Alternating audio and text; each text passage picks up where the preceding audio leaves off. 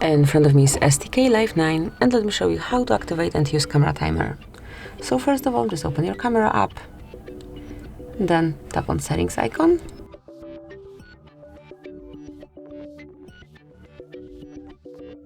And here you'll notice self-timer, so just click on it. You can pick 2 or 10 seconds delay, and now you can grab a picture with such delay, as you can see it to be. Okay, so you'll be able to see the countdown at first, and then the picture will be grabbed. To turn it off, just mark the settings and turn it off. So this is it. This is how you can activate and deactivate camera timer in your STK. Thank you for watching. Please subscribe our channel and leave the thumbs up.